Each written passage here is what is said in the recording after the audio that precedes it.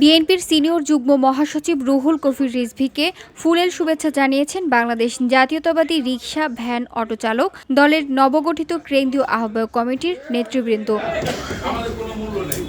বুধবার বিকেলে নয়াপল্টন বিএনপির কেন্দ্রীয় কার্যালয়ে ফুলেল শুভেচ্ছা জানান সংগঠনটির নেতারা।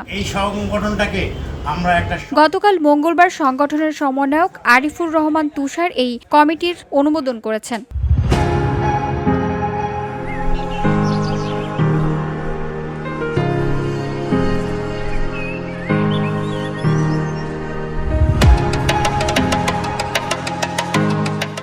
নতুন কমিটির আহ্বায়ক অধ্যাপক মোহাম্মদ আশফাকুল ইসলাম সরকার ও সদস্য সচিব advocate Mohammad Mahfuzur Rahman.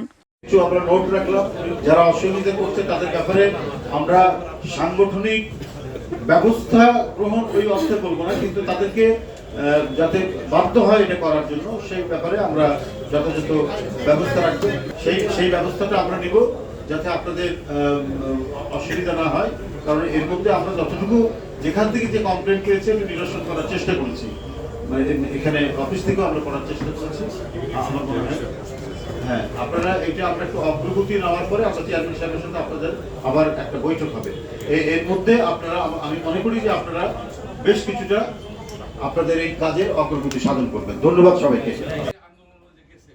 VOD Bangla news desk. উনি তাদেরকে আমাদেরকে দিয়ে তাদের বাড়ি